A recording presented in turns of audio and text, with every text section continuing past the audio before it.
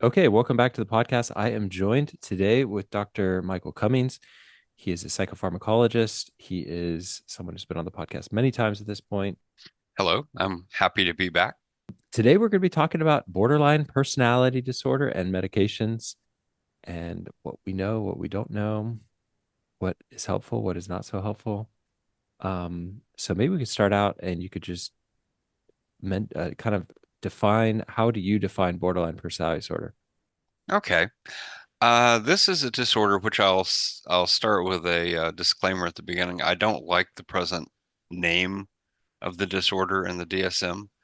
Um, it's a holdover from psychoanalytic theory in 1938, which saw this disorder as being in a borderland that was between psychosis and neurosis. These individuals were thought to be bordering on psychosis due to recurring dissociation or minor episodes of psychosis related to affective distress. Um, but in many ways, the term is uh, far out of date. I think a term that I've seen that I like better is uh, emotionally unstable personality disorder, because over time it's become clear, at least to a number of authors who write about personality disorders, that the heart of this disorder is an inability to modulate often very intense affective states. For example, Marsha Linehan has one of the major workers in this area has described people with this disorder as where an ordinary person might experience annoyance, these people experience rage, where a typical person might experience sadness, these people will experience despair and hopelessness. Um, I think the DSM criteria are fairly accurate in their description. That is, these people are prone to intense emotional states. They often are engage in frantic efforts to avoid what they perceive as emotional abandonment. They're also very prone to black and white thinking, meaning they tend to view the world as either being ideal or terrible, and that includes interpersonal relationships in which they often either idealize the other person along the lines of, "Oh, you'll be perfect," which of course the other person never is, which then sets them up to switch to, "Oh, you're terrible."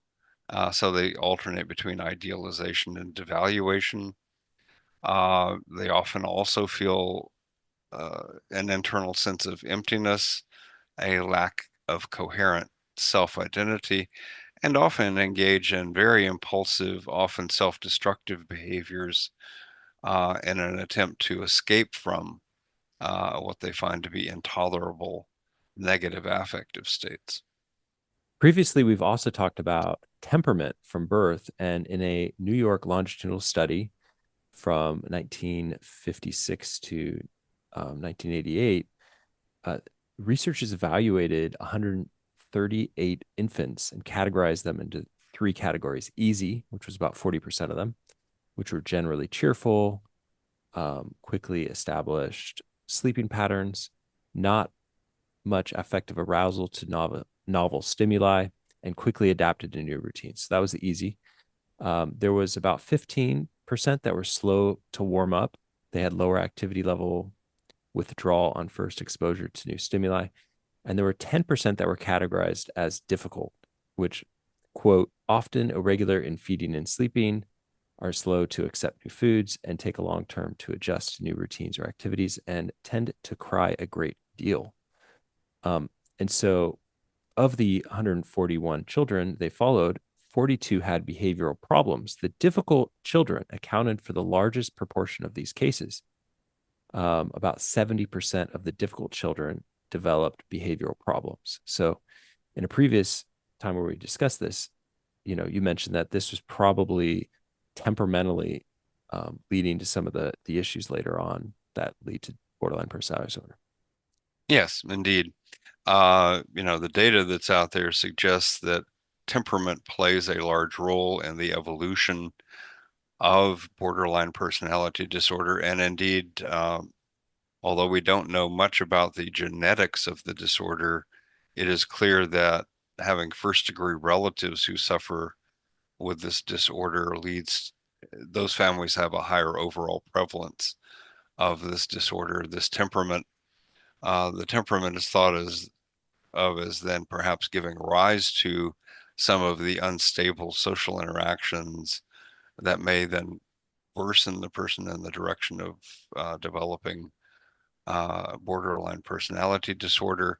Environmental things that have been associated with the development of this include things like physical and sexual abuse, neglect, unstable, chaotic family lifestyle, um, which may then make more understandable how the person evolves some of the characteristics that we talked about in terms of uh, having exaggerated fears of abandonment, uh, seeking attachment that is sometimes idealized or devalued, being unable to regulate emotions and having excessive affective responses to environmental stimuli. Um, there's still a lot we don't understand about the evolution of borderline personality disorder, or for that matter, any of the personality disorders. But I think it's clear that this is a case where perhaps innate temperament joins with uh, childhood adversity to give rise to a pathologic personality disorder. Yeah, and I'll just flesh out a couple of those things. You know, when I looked at the adverse childhood experiences studies, um, what popped out to me is that, if you have one or two adverse childhood experiences, it might double your risk for a lot of psychiatric issues. But if you have five or six, it really increases the rate of borderline personality disorder. And Mm-hmm. like there's a giant jump. And so when I looked at it, it was like complex PTSD and borderline personality disorder were the biggest jumps when you get five or six adverse childhood experiences, so different types of childhood traumas that are going on simultaneously.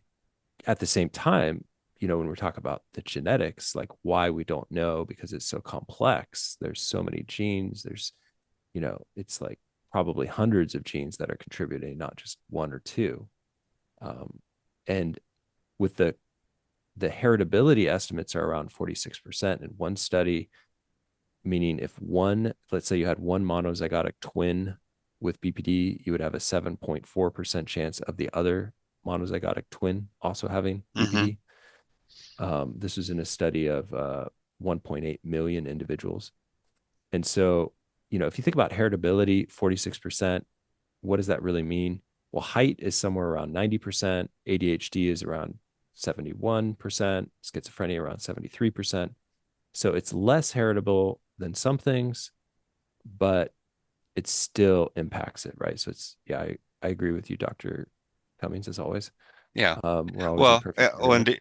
Oh, indeed. This, indeed, this, this follows a pattern that we've seen with a number of psychiatric illnesses, that often there is a vulnerability that's imposed by genetics or by biology that then is then that blossoms into a disorder when it meets the right environmental circumstances. And I tend to think of borderline personality disorder as arising from that combination of difficult early temperament, promoted by repeated and often varied forms of childhood adversity. As you point out in the adversity studies, when the person gets up to 4, 5, 6, 7 more adverse events, the rates of complex PTSD and borderline personality disorder just skyrocket. Okay, so now we're gonna phase shift into talking about medications. So it was a 2015 study, Zanarini et al., 2015, which Mm-hmm. reported on a cohort of 190 inpatients with borderline personality disorder, followed over 16 years. The average age was 26 at initiation of the study, and they found that 80% were taking an antidepressant, 43% were taking a benzodiazepine, 38% were taking antipsychotics, 34%, 35% were on a mood stabilizer. Um, and so polypharmacy is very common.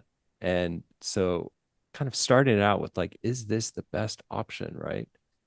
Uh, Yes, in that context, I would also say there have been a couple of um, meta-analyses, Cochrane reviews, basically looking at borderline personality disorder, um, that concluded essentially that there is no convincing evidence that any medication is essentially curative for this disorder. Somehow that's not a surprise. We don't have medications that are very good at fixing personality disorders of any kind. It's more the case that I think medications are given to target and hopefully ameliorate selected target symptoms that occur within the disorder. There has been a shift over time. Early on, antipsychotics and benzodiazepines were common. Um, that has shifted more to antidepressants and mood stabilizers over time. Uh, Again, though, I think this is a case where while medications may play a role in ameliorating specific target symptoms, uh, the treatment of borderline personality for the most part is not based on pharmacotherapy, it's based on psychotherapy. In particular, the two categories of psychotherapy that have the most supportive evidence are dialectical behavioral therapy, a la Marshall Linehan et al., and cognitive behavioral therapy.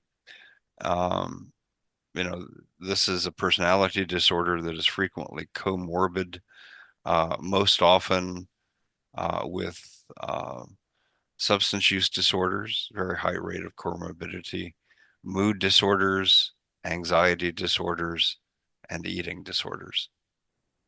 yeah. And I would, I would also emphasize there are a couple other good therapy types. Mentalization-based therapy has some good studies. Hmm. Transfer-focused therapy, head-to-head with DBT seems to be pretty similar. Um, Schema-focused therapy, which is more popular in Australia. Um, Hmm.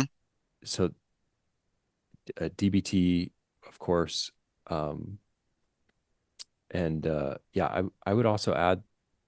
So going back to what you were saying before, um, have the rates of prescribing changed? There's a 20-year observational study in Spain that I found Hmm. that tracked 620 patients presenting to an outpatient BPD clinic. It showed over time that antidepressants remained fairly stable, about 74% were taking. Benzodiazepines decreased from 77% to 36%, and second generation antipsychotics increased from 15 to 32%. Hmm. Basically, you know, a lot of people were on medications and antidepressants remained pretty high. Benzos have decreased in favor largely for this population. Yes. Which I think, frankly, my own opinion is that's a good thing. One of the core problems these individuals have is one, vulnerability to substance abuse, and two, a huge proneness or vulnerability to impulsive behavior. Uh, Benzodiazepines are certainly subject to abuse, and they're also a great way to worsen the person's impulsivity. In fact, there have been several um, studies and case series over time that suggest that the benzodiazepines, while they may be acutely calming for a person with borderline personality disorder, it also incurs a downside of increased impulsivity and often increased risk of self-harm or suicide. Yeah. So the APA drafted clinical practice guidelines in 2023. Um, it suggests that any psychotropic medication treatment of borderline personality disorder may be time limited, aimed at addressing specific measurable target symptoms, and adjunctive to Hmm. psychotherapy. Yes. And then there's a quote: over reliance on medication can send the erroneous message that emotional responses can be addressed by pharmacotherapy. Yeah, And as you and I have talked about many times, while medications can be highly useful, typically the answer to more complex life-related problems do not come out of pills. Uh, and I think that continues to be true, particularly in populations such as those individuals suffering with borderline personality disorder. The other comment I would make about the psychotherapies in looking across them and asking the question, what do the ones that work seem to have in common? Um, and it's something that fits with my own clinical experience working with some of these individuals, is that they make progress in all of the areas of their disorder when they can achieve tolerance of intense emotions and avoidance of impulsive uh, behavior. It was often called acting out. That is, they learn to stay with the emotional state, to think through it more rationally and make better decisions, and over time learn to see the shades of gray in life rather than engaging in very black and white rigid thinking about themselves, their life, and other individuals. yeah, I think that there's another word that I've come to really appreciate here, which is reflective function, which Hmm. is out of the adult attachment interview. I actually took a 3-day course on this recently. It's more in depth than maybe I needed to go, but in summary, reflective function is rated on the adult attachment interview, and it's the complexity of the answers that are given to the questions like, why did your parents behave the way they did? In inpatients, in one study, the patients with borderline personality disorder were on 2.7 out of a -1 to 9 point scale for reflective Hmm. function. And in a good transference focused therapy study, they showed an increase of a point or a point and a half. I forget exactly, but it's this idea of through relationship, through talking, through processing, you know, one can have a deeper insight into their childhood. And one thing that I actually haven't mentioned about reflective function, because I have mentioned it here, that has occurred to me because I've started testing some of my patients on their adult attachment interview, is patients can come in and there can be one aspect, or there can be certain stories that they've processed through quite a bit in different therapy. And as they tell that part of their story, there's good narrative coherence. They make sense. This is what happened. This is how I used to feel back then. This is how I feel now. This is how I've changed. This is, you know, there's a depth to the story. But sometimes these patients come in and there's still parts of their story that are very raw, unprocessed, and would score lower on reflective function.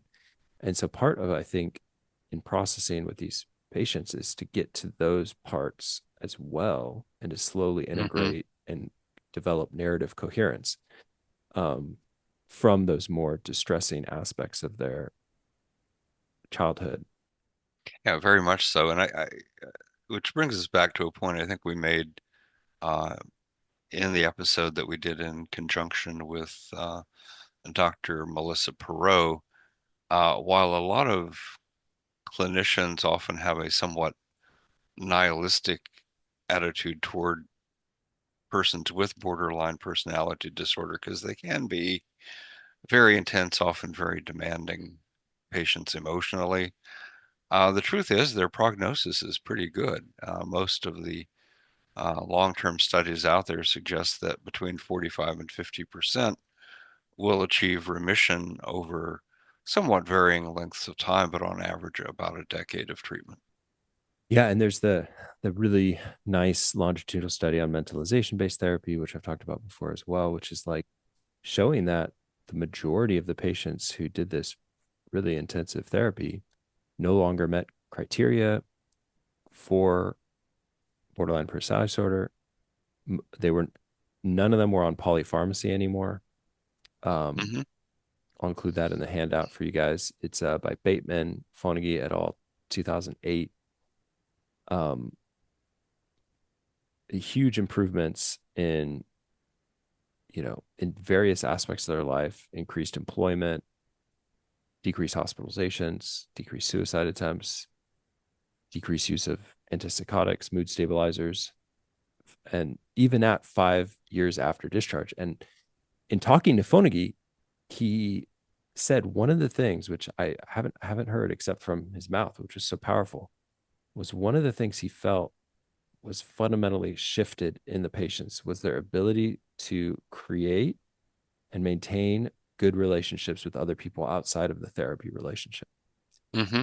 And so one of my barometers of if therapy is working well is like, are they in more vulnerable, connected, meaningful relationships outside of therapy? Like, is what's happening in the therapy relationship transferring to how they interact in the world in a better, complex, or like empathic, attuned, meaningful, connected way? Yeah, very much so, because these are individuals who come from often very chaotic, very pathological relationships. And indeed, when they learn to establish more healthy, more secure attachments, um, that generally reflects an overall improvement in them, both internally, in their sense of self, as well as their ability to engage in a nuanced relationship with other people where, the other person is not either ideally loved or incredibly severely hated, but there is room for all, the spectrum of feelings in between once they essentially become more mature with relation to some of the rawer, less well processed parts of their own history. Shall we talk about this? The Cochrane Review, they did a really nice study in 2022. It's called Pharmacological Interventions for People with Borderline Personality Disorder. Hmm. Um, Basically, a large meta-analysis. Um, the author's conclusions were this review included 18 more trials than the 2010 version, Hmm. so it had more statistical power. Um, it said very limited data was available for serious adverse events. The review supports the continued understanding that no pharmacological therapy seems effective in specifically treating BPD pathology. Right. And indeed, it's those two studies I was referring to earlier that opined that the answer for this disorder, it does not lie in medication per se. Is it worth going through different categories and talking about them? Because, like, I think antipsychotic use in clinical practice, it's not too uncommon. Low dose use of Yeah, I think antipsychotics for impulsivity, agitation, aggression, psychosis, quasi yeah, psychosis.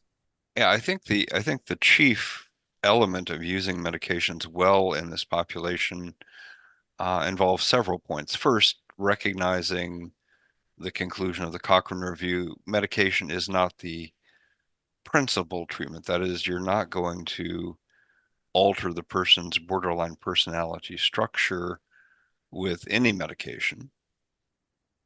Instead, what you're attempting to do is ameliorate specific symptoms such as uh, psychosis, or particularly, borderline individuals are prone to become paranoid with respect to others because of their fear of abandonment. Often the antipsychotics may be helpful with dissociation that can include psychotic symptoms such as hallucination, distortion of their interpretation of reality. Uh, Antidepressants for those who are very prone to both depressed mood and anxiety. Uh, Use of mood stabilizers for those who suffer from, uh, you know, often frequent mood instability. They're happy, they're sad, they're enraged, they're in despair. And all of that can occur within a very short span of time.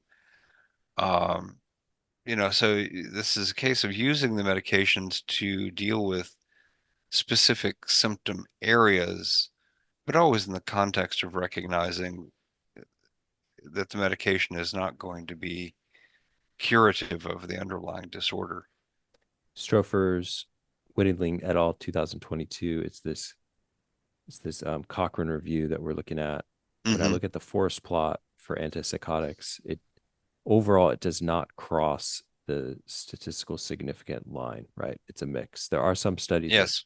that are statistically significant, but overall it does not. Mm-hmm. Um, when looking at one of the studies in particular that was positive, the Grant 2022, where they used Bramiprexol or placebo. When it's like reported in this study is like, okay, this is one of the positive studies.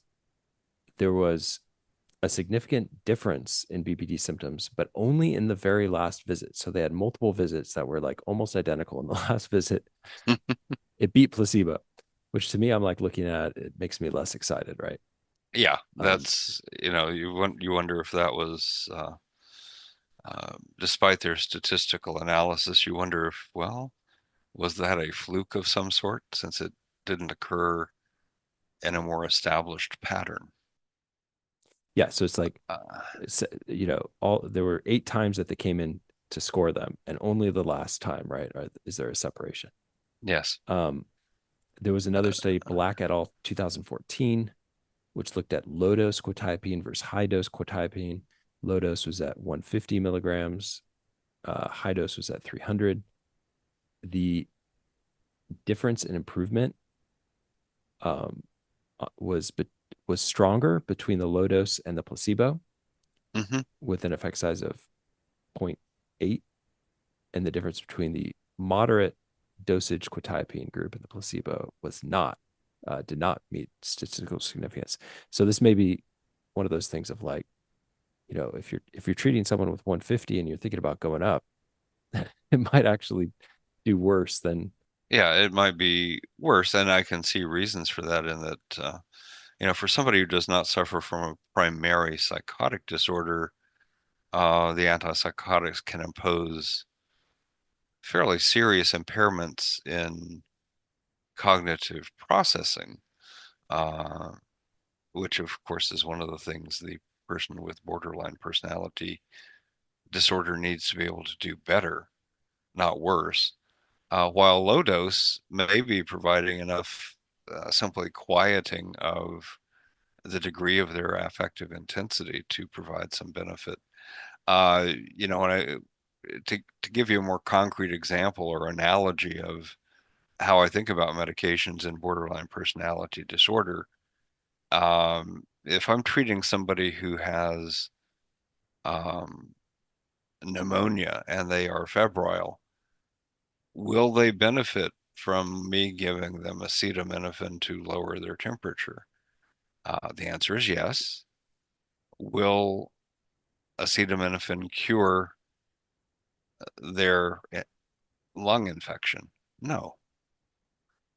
You could think of borderline personality disorder almost in the same terms. We can give people a mood stabilizer, an antipsychotic, an antidepressant, and it may help ameliorate some symptoms, but it is not treating the underlying borderline personality structure. That has to come via psychotherapy. Yeah, and um, moving on to the SSRIs, the Cochrane review Mm-hmm. noted that antidepressants did not significantly reduce overall BPD severity or improve impulsivity or suicidal behaviors, Mm-hmm. with fluoxetine even associated with an increase in suicidal ideation. Mm-hmm. Fluvoxamine showed a slight improvement in affective instability, but there was no notable effect on self harm, feelings of emptiness, or anger. Mm-hmm. Um, amitriptyline was the only antidepressant found to reduce depressive symptoms. That being said, nothing exciting, right? It's not like, No, nothing exciting. And the one positive drug there, the amitriptyline, I would be incredibly reluctant to give amitriptyline or frankly any tricyclic antidepressant to an individual suffering from borderline personality disorder, and that the LD50, the lethal dose for 50% of the population, is only 6 to 8 times the therapeutic dose. right. It's sodium channel blocker at higher doses, right? Mm-hmm. Yes. Causing heart issues, Yeah, it causes slowing of uh, conduction. conduction in the AV node and bundle of His, thereby setting the person up for ventricular arrhythmia. Yeah. So it's like, um, with suicidal patients who are currently suicidal, do you give them something that could actually work to allow them to kill themselves? If sometimes it could be accidentally, like, oh, I didn't really know Mm-hmm. that would kill me, but I took a bunch of pills. Like, I always take a bunch of pills. Yeah. Um, Oh, indeed. For amitriptyline, if you think about that, a therapeutic index that is that small means that it will only take about a week's worth of medication and overdose to stand a 50% chance of killing the person. so lamotrigine is another medication that had two studies in the Cochrane Review. A small preliminary study of 28 people suggested lamotrigine may have an effect on impulsivity, anger, behavioral discontrol, and BPD. That's Hmm. Reich et al. 2009. However, a larger study of 276 patients, Crawford et al. 2018, showed no evidence to suggest that lamotrigine 400 milligrams per day was useful for treatment of BPD. Hmm. It's a little bit, um, yeah, I don't know. Any comments on that? I think again, it comes down to the effect of medications is variable and somewhat small, and often lower doses of medication do better in people with this disorder than higher doses do, especially when you get into doses that are beginning to interfere with neuronal functioning to the point of making it more difficult for the person to process information. Remember, these are individuals who are facing intense negative affective states, and the best counter they have to that is the ability to modulate their limbic system uh, via cognitive processing in the anterior frontal lobe. And if you give them a drug that impairs that ability, well, you're not doing them much of a favor. Absolutely. And so, coming back to this 8-year follow up of mentalization based therapy, which is one of the ones that I think best shows. And if you haven't looked at this, there's one table I'll include in my psychiatrypodcast.com article we'll put up for this. But basically, like patients who received a very large amount of therapy. I mean, we're talking about 432 hours of therapy. Um, it's a lot of therapy. But if you think about it, 432 hours in the large scope of life is in the think about like all of the traumas that someone with six ACE scores or a score of 6 on their adverse childhood experiences has endured. Um, a lot of these programs, partial programs, IOP programs, for these patients, we have to get them in and keep them in as long as we can. And Hmm. sometimes insurance doesn't want to pay for as many days as they need, but sometimes they'll come in and out over the course of several years and get enough treatment, get that dose response, which is big enough. Hmm. Yeah, And indeed one of the important points in talking with an individual who is suffering from borderline personality disorder is to make clear to them when they're in a more stable state, not when they're in distress, is that one, the potential benefits from medication are going to be small, and that the major benefit is going to be from therapy, but we're talking about a long-term therapy. This is not uh, a brief psychotherapy that will benefit them, because it's going to require them to restructure themselves in a number of ways. So one of the cool things about the study is they looked at how many years the patients had been on the different medication classes in the 5 years following the treatment. So, for example, in the treatment as usual group, they were on antidepressants for 3.3 years out of the 5, antipsychotics 3.1 years out of the 5, mood stabilizers 2 years out of the 5, and 3 or more medications 2 years out of the 5. Whereas the group that received that, by the way, were doing a lot better in terms of hospitalizations, job, everything basically. They had received on average 1 year of antidepressants and point or like just a couple months Hmm. of antipsychotics and mood stabilizers. And Yes. almost none of them had been on 3 or more drugs at all. I think that speaks to the group that did not do as well. They were being treated by clinicians who were overly dependent on medications. You know, Say that again. I The my treatment as interp usual group. yeah, my interpretation of that is they were being treated by clinicians who are overly dependent on medications as their primary treatment modality. Okay. Uh, I see that frequently as a consultant. And although I'm a psychopharmacology consultant, I spend an awful lot of my time advising clinicians to take people off of medications. Because frequently when it occurs that when somebody receives a medication and it doesn't work that well, they don't get switched, they get something else added, and then something else added, and then something else added, none of which works very well. Um, and the person may not be receiving any form of psychotherapy at all. And it's a case of giving somebody multiple things that are not working is not a good form of treatment. Yeah. I think about like, you know, run a essentially a practice where the people pay me, a lot of the time. And when they're paying me and they come in and they're expecting a medication, sometimes they leave fairly dissatisfied. And it takes a lot of psychoeducation and just like, hey, like, this is what you need. This is, and then they come back by email, like, can I try this medication? And I'm Hmm. trying to convince them, like, no, like the biggest bang for your buck, where you want to put your money, your invest your time is in therapy, is in exercise, is in eating healthy, but mostly therapy for a lot of these people. I think Um, one of the funniest consults I've had in that in along that vein was I was contacted by uh, a patient in the community who the crux of the complaint was, my husband is being problematic. I hate some of the things he does.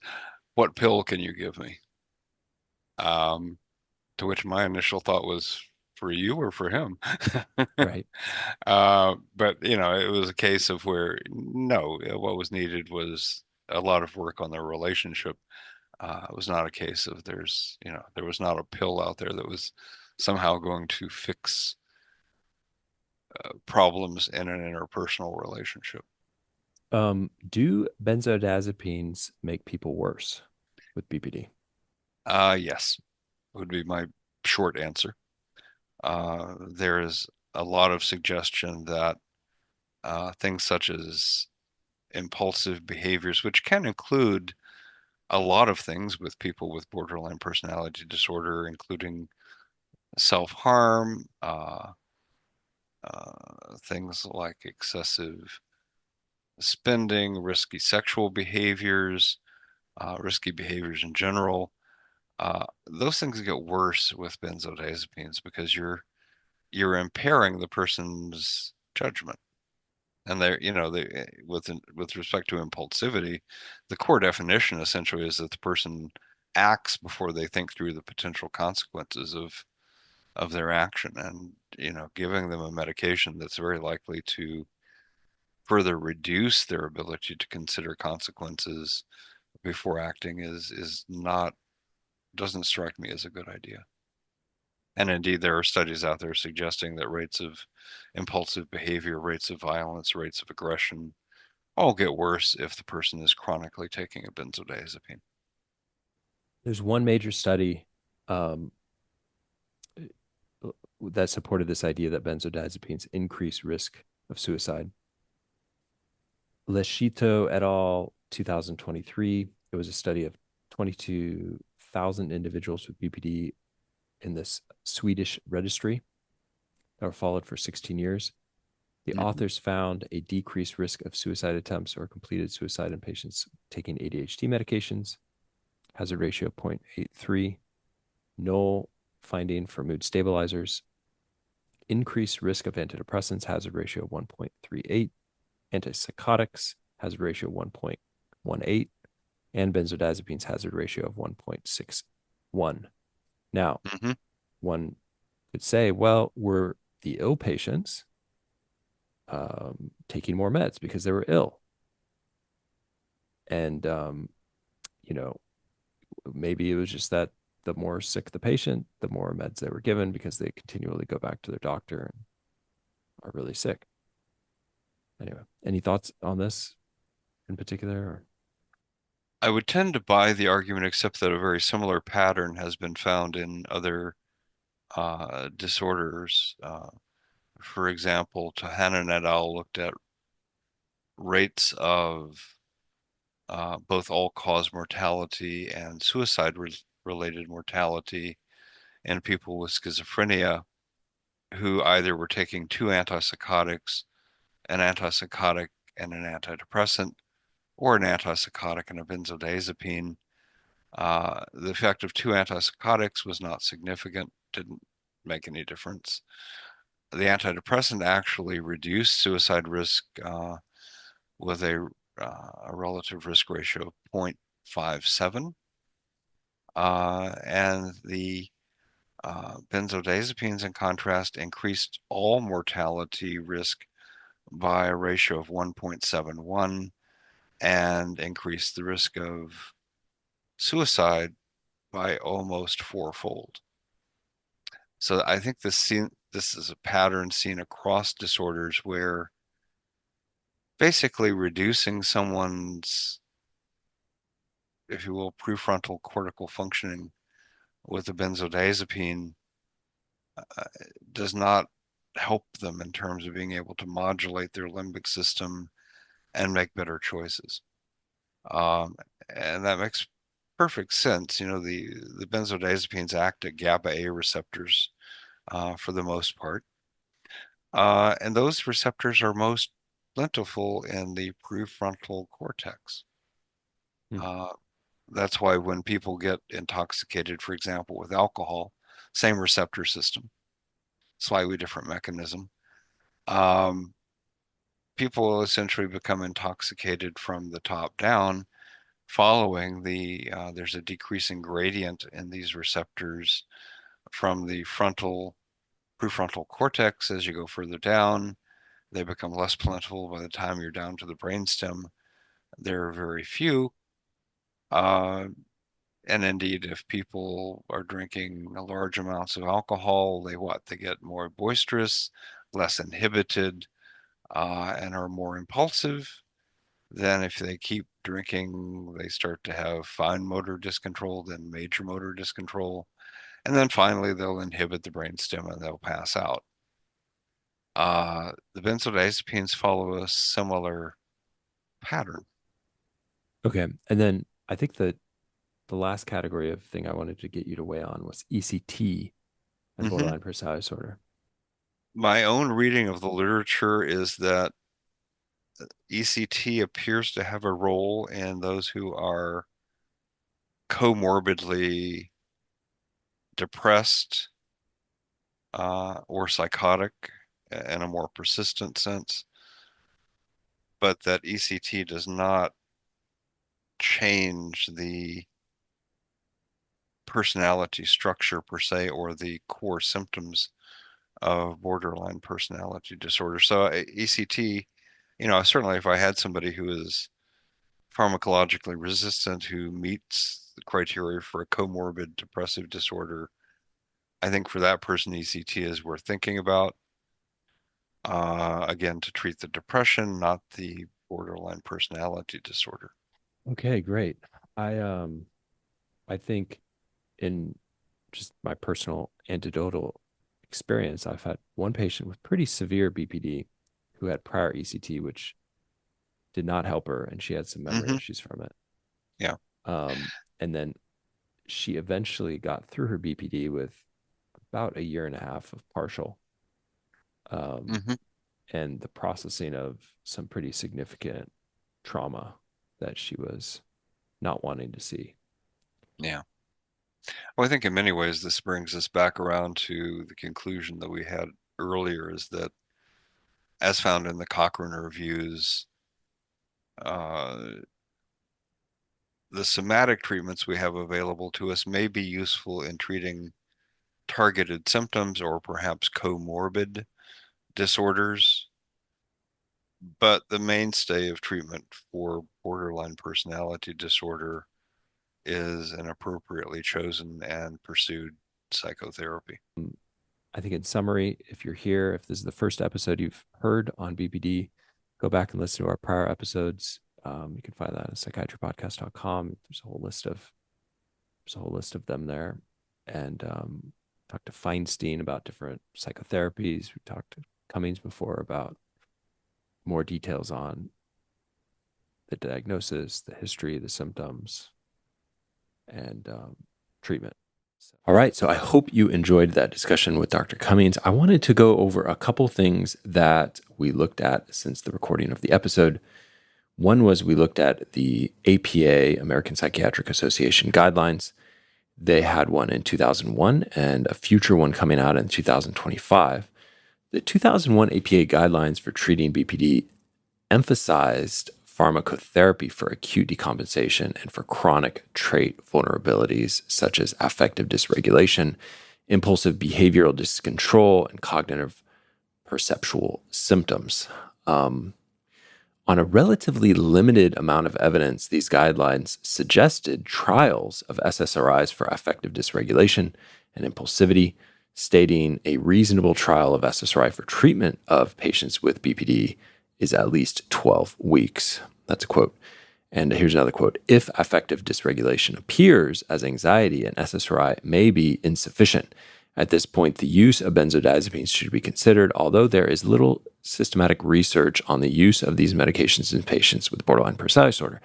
You can see how this is largely changed to our current thinking that, SSRIs will not be helpful and benzodiazepines should be limited in this population. So the APA guidelines are currently being restructured to incorporate extensive research from the past 2 decades of pharmacotherapy and BPD. A recent published draft of the upcoming 2025 APA guidelines illustrate these proposed updates. And we should note that this is a tentative draft, okay? But the proposal guidelines emphasize the importance of informing patients that medications will not address BPD features and warns against over-reliance of them for emotional regulation. Additionally, short-term medication use may be appropriate for managing crises such as severe agitation, psychosis, but frequent dose changing and prolonged use are discouraged. Do you see how different that is from the 2001 guidelines?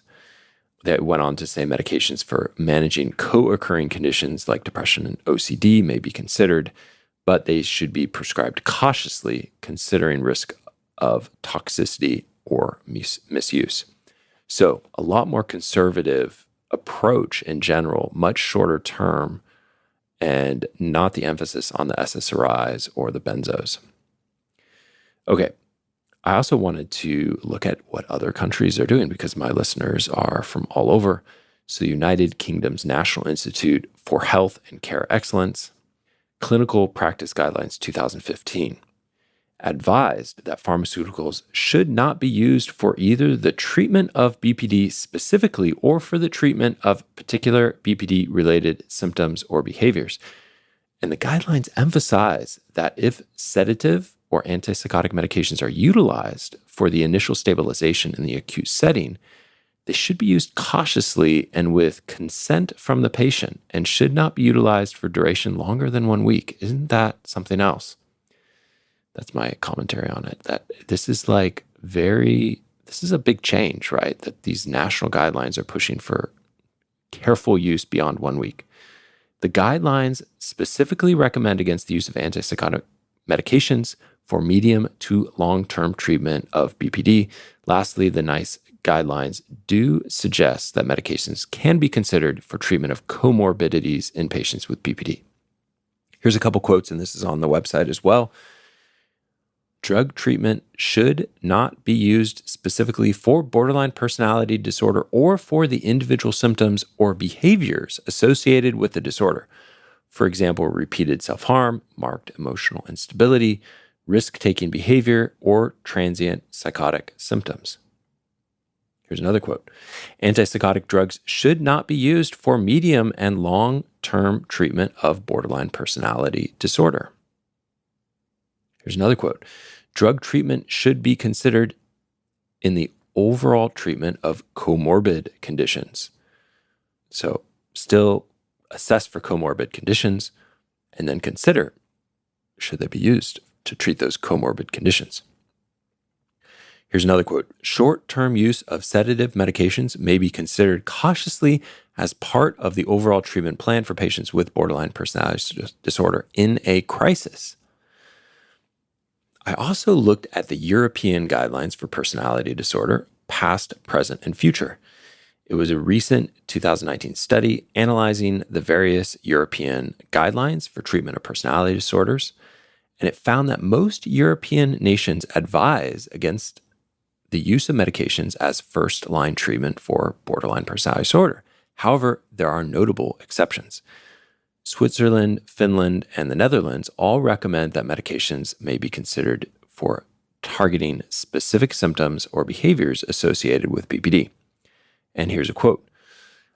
Finally, recommendations on pharmacological treatment are in overall agreement that based on sparse trial evidence, medications should not be considered the primary intervention for personality disorders, but should be used mainly for treating comorbid disorders and in some cases used briefly during times of crisis. The Swiss, Finnish, and Dutch guidelines suggest that medications may be used to reduce specific dimensions of BPD, such as anger, impulsivity, or negative mood. However, these specific recommendations are not consistent and are somewhat at odds with the more general recommendations of being cautious with the use of medications. Okay. Once again, I want to emphasize that instead, we should be using known psychotherapies that work for the treatment of borderline personality disorder, such as dialectical behavioral therapy, cognitive behavioral therapy, mentalization-based therapy, transference-focused therapy, general psychodynamic psychotherapy, or schema-focused therapy.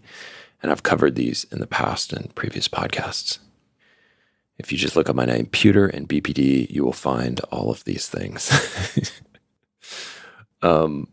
So these therapies focus on helping the patient manage these intense emotions without turning to impulsive coping strategies, while also promoting the integration of raw emotional experiences into a coherent narrative through promoting reflective function. Okay. Of note, object relations approaches help patients develop greater integration in their sense of self and other, so that they can approach situations in a more appropriate and nuanced way without resorting to characteristic defenses of splitting projection and projective identification. And also of note, Gunderson, whose work in the 1970s helped identify BPD as a distinct psychiatric disorder, he developed an approach for BPD, which I would like to actually cover more in future episodes, called the Handbook of Good Psychiatric Management for Borderline Personality Disorder, which can be utilized by psychiatrists and clinicians without specific training or supervision in the treatment of BPD patients. So it's a good place to start. Okay, there are other things that we did not cover in this episode, which I would like to cover. Omega-3 fatty acid supplementation may reduce impulsivity and depressive symptoms in BPD. So, according to a recent meta-analysis, Keladidis and colleagues, 2023, omega-3 supplementation has been shown to have potential benefit in treating depression and anxiety, especially if they have EPA-enriched formulas. And these studies suggest that EPA doses between 1 and 2 grams per day may help reduce depressive symptoms. And recent APA MDD guidelines, so American Psychiatric Association guidelines on major depressive disorder, suggest supplementation may be helpful as an adjunct. Okay. And the evidence for anxiety is a little bit less clear. So the therapeutic mechanism of omega-3 supplementation is unclear, but it may be related to reducing inflammation, regulating neuronal membrane fluidity, and allowing for greater neurotransmitter receptor availability. BPD patients may have elevated levels of inflammatory cytokines, possibly linked to early life stress or adverse childhood experiences.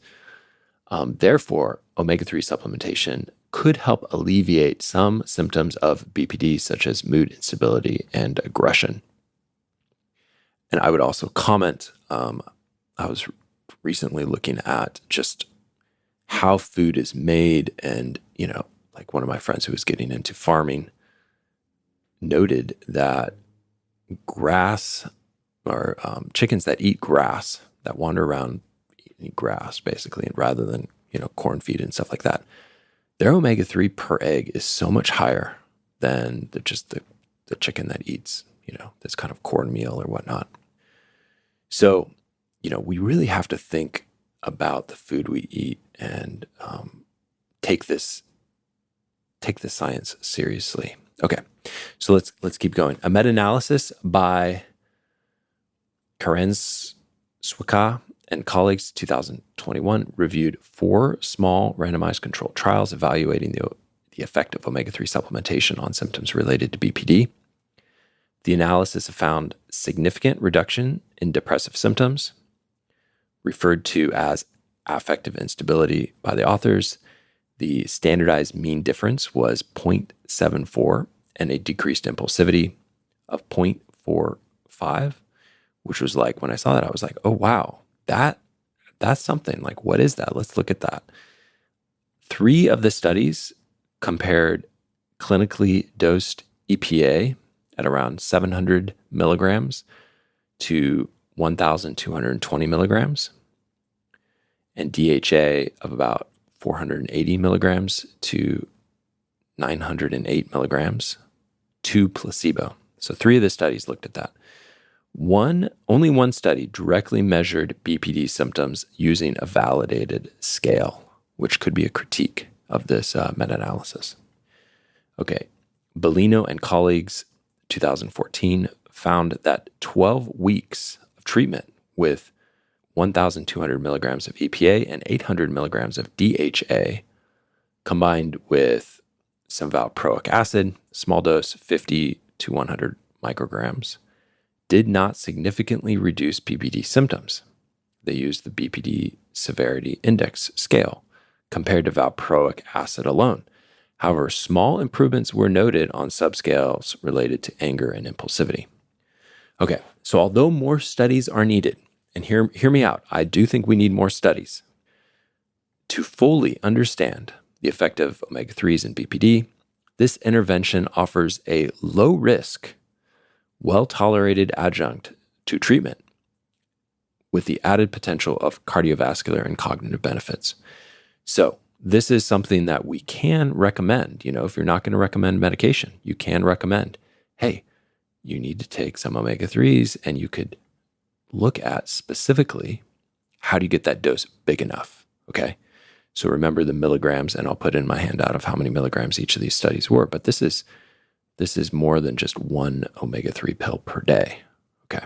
So sometimes I'll recommend take 3 to 4 omega-3s per day. I don't think there's a magical brand. I think in general, the brand that's good is the brand they will take. Maybe I'll have more nuance as I sort of move along here. Okay, so I wanted to talk as well about borderline personality disorder and exercise. There is limited research into exercise and BPD, so I'll start off by saying that. However, we know, and we've talked about this frequently on this podcast, that exercise has shown to have a positive impact on mood, anxiety, and overall mental health. And numerous studies across various populations and conditions have highlighted the benefits of physical activity for improving emotional well-being and reducing symptoms of mood disorders, implying there may be a role for exercise for treating BPD. Skeletal muscle acts as a neuroendocrine tissue, releasing myokines during contraction that influence various bodily symptoms, including the brain.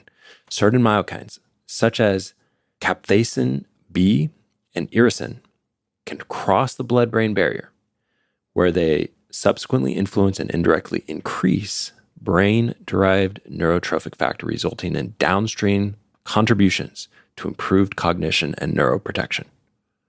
So people with BPD are known to have high risk of self-harm, suicidal attempts. They are characteristically impulsive with low lethality, right? Low lethal suicidal attempts are frequent.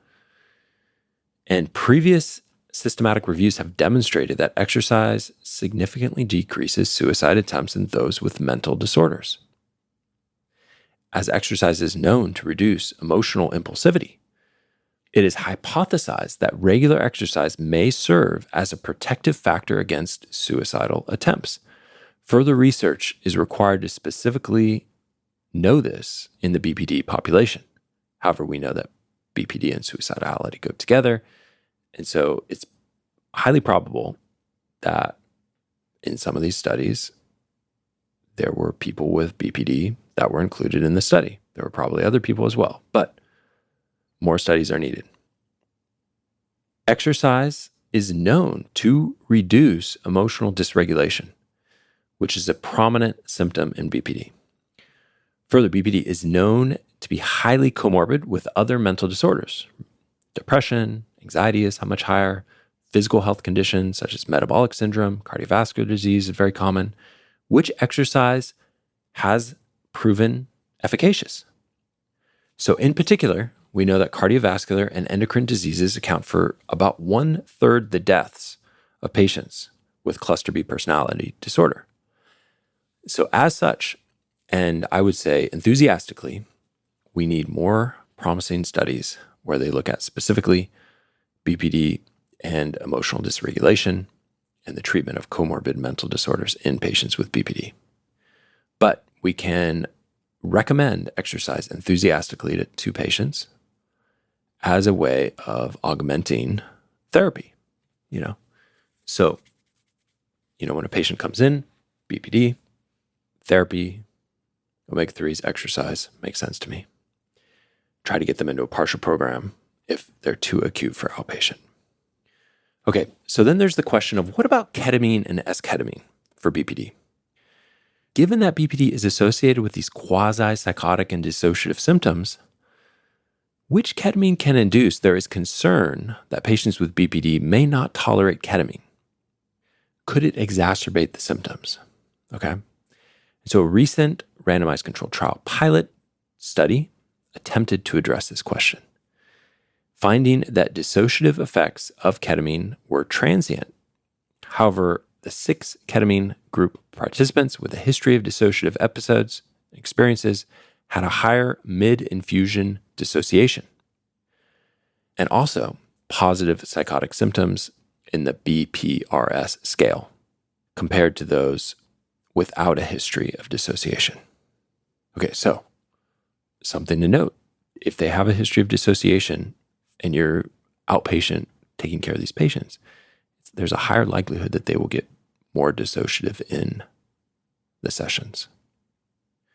Okay, so aside from several case reports, Nandadan et al. 2023, The only other study assessing ketamine's effects on BPD symptoms was Danayan and colleagues, 2023. So we looked at this study specifically in the handout.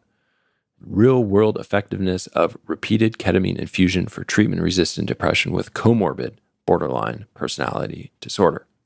So note that they are bringing in people with BPD with treatment-resistant depression. Okay, so they looked at 50 outpatients with depression and moderate to severe BPD symptoms, measured by the borderline symptom list 23 item. And they looked at 50 outpatients with only depression, and they gave them 4 doses of intravenous ketamine. And I think the dose here is important. It was 0.5 to 0.75 milligrams per kilogram over 40 minutes, over 2 weeks. Okay, 2 weeks. 2 weeks. Note, 2 weeks. We don't have long-term data. And I would say that sometimes in outpatient, they go higher than this. So the 0.5 is kind of on the lower side. So the results were that after 3 infusion, BPD group, BPD symptoms had improved significantly. Both groups had improved in depressive symptoms, suicidality, and anxiety. And there was no significant differences between the 2 groups following 4 infusion. So what this means is that the group with BPD got better just like the other group. Okay. Ketamine increased dissociative symptoms in both groups, but not more in the BPD group. So, what were the limitations of the study? There was no placebo and no active control condition. The analysis was post hoc, meaning it was not a randomized trial. And the BSL-23 scores are correlated with depression severity and were not reported in BPD negative groups. This means BPD negative group might have had improvements in their BSL-23 scores that the author did not report. Okay, while these initial results are encouraging, further randomized controlled trials are needed. These studies should incorporate long-term follow-up monitoring using appropriate tools that assess dissociation, depersonalization, identity disturbances, affective instability, in order to evaluate whether patients with BPD are at greater risk for future destabilization. This is only a 2-week study.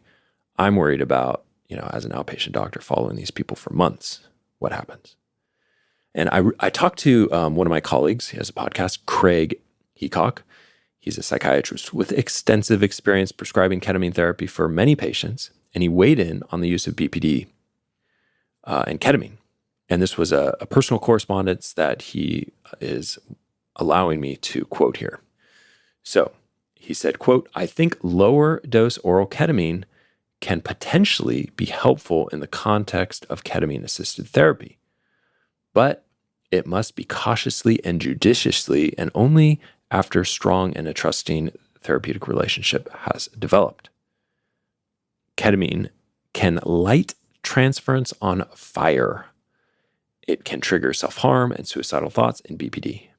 It can exacerbate the fragmented sense of self, all of which are major challenges for the therapist and the patient. The higher psychedelic doses of ketamine are generally contraindicated for BPD, given the risk of destabilization." So let that be a omen of caution for those of you who are using ketamine in patients with borderline personality disorder. Also looked at TMS studies for the treatment of BPD. There were 4 studies. Briefly, I will say that they were positive, but they were small and more studies are needed. And I would like to just leave those on the website. You can go check out our podcast write-ups, psychiatrypodcast.com. For ECT, we looked at that as well. ECT, electroconvulsive therapy, is very helpful for treatment-resistant depression, catatonia, psychosis. There was a study, Zhu et al. 2023, and they said there are no ECT studies evaluating BPD symptoms outcomes. However, studies of ECT patients in comorbid BPD and depression suggest that depressive symptoms were less responsive to ECT compared to depression-only patients. Okay, that's important because the depression, the comorbid depression of BPD, may respond differently to ECT. And that's where I would say, in the university I was associated with, it was the general consensus with those that provided the ECT to screen out patients with BPD and to send them to partial. And we would get these referrals from outpatient providers who were well-meaning, who would send them for ECT because maybe the patient had read about ECT or maybe they didn't know where to go with them. And we would inevitably send them to partial to our dialectical behavioral therapy track that we have. So, conclusion, guys, I'm excited for this episode. I think this is an awesome look at medications, psychotherapy, alternative treatments. We looked at national guidelines. It's exciting to me to look at the science, the state of the science, where it's at. I hope you check out our article. All of our articles are for free as PDFs or blog posts. They're peer-reviewed. They are extensively looked at by multiple eyes and by your eyes. And someone just let me know the other day, like, hey, you said this one thing, and did you know that this therapist before them came up with that idea? And so I changed the article, and I do that on a regular basis. So it's a living organism, this podcast is. And you will find articles that I neglected to add, and I will try to add them in. So always appreciate your input, your feedback, positive or helpful, right? So with that, I would recommend a holistic approach to patients with BPD with psychotherapy as the foundation and some integrative approaches such as omega-3 supplementation and exercise. And then in acute settings, you may consider medications, but for a short time. I think that is a great way of treating BPD. And I think that if you look at the comorbidities, the comorbidities may be treated, but also realize that some of the comorbidities will respond differently than they do if the issue is there alone. Okay. Hope you enjoyed this episode. Once again, I hope that I am dry at this point when you're listening to this. And I will be going home right now. I will be boarding up my windows for a hurricane. And I will be putting out some sandbags. So on that note, hurricanes and borderline personality disorder will be coming to a close here. All right, thank you.